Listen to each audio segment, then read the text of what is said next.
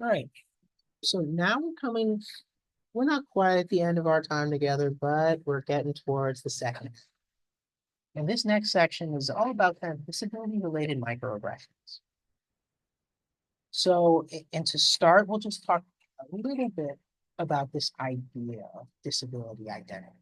And we talked a bit about one really kind of prominent disability-related kind of piece of culture and community, which is like the deaf community.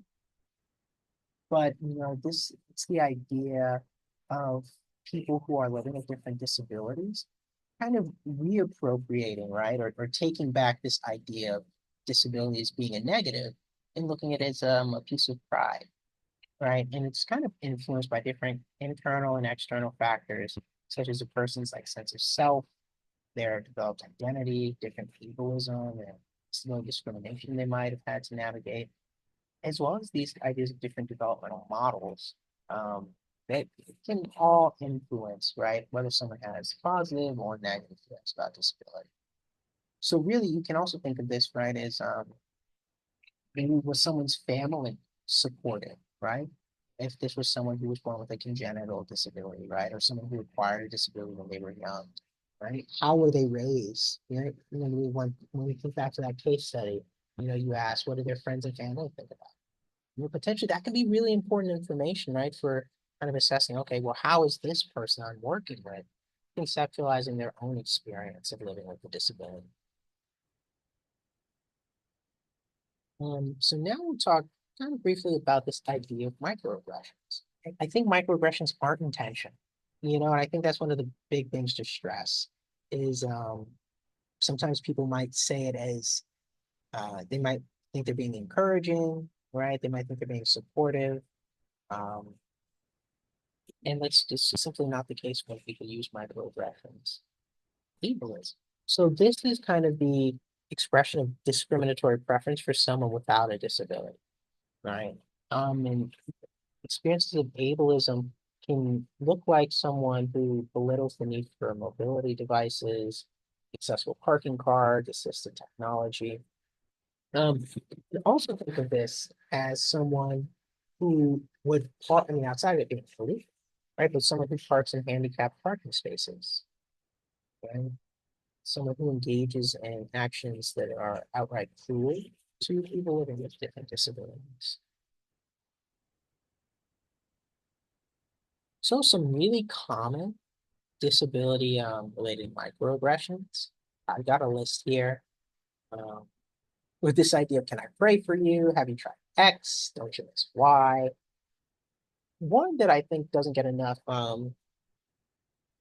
discussion, right, is disability really isn't part of diversity, right? So this idea of where does disability fit into conversations of multiculturalism, right? Of diversity, equity, and inclusion.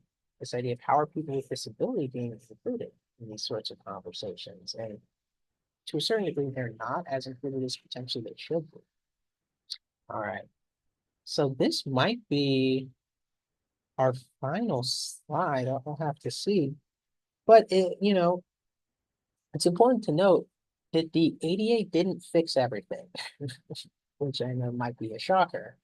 But this idea that there's still a lot of work to be done, right, when it comes to better serving and supporting people with disabilities.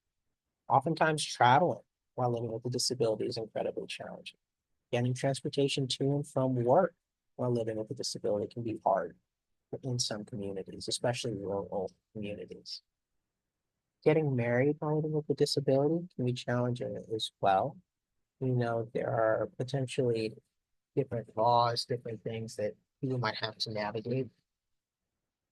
And there has been a lot of progress that has been made thanks to a lot of legislation that's been enacted, but there's still a lot of work to be done.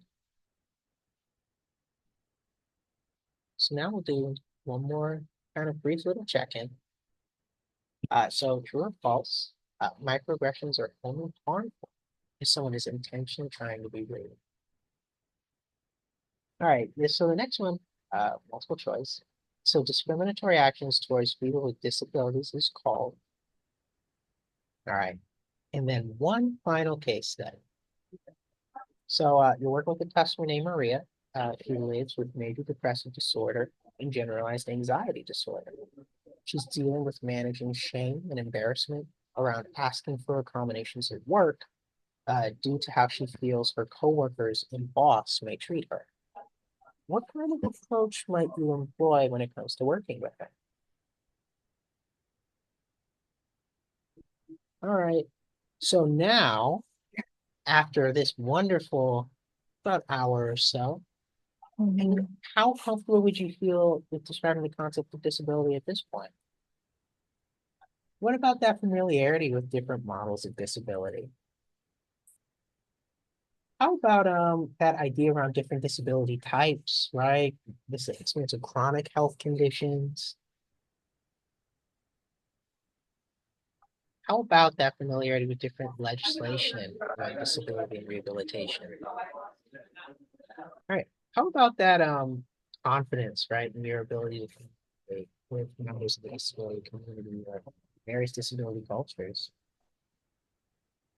I want to say thanks so much for your time. Here's the check and answer key, some references for additional reading if you're interested.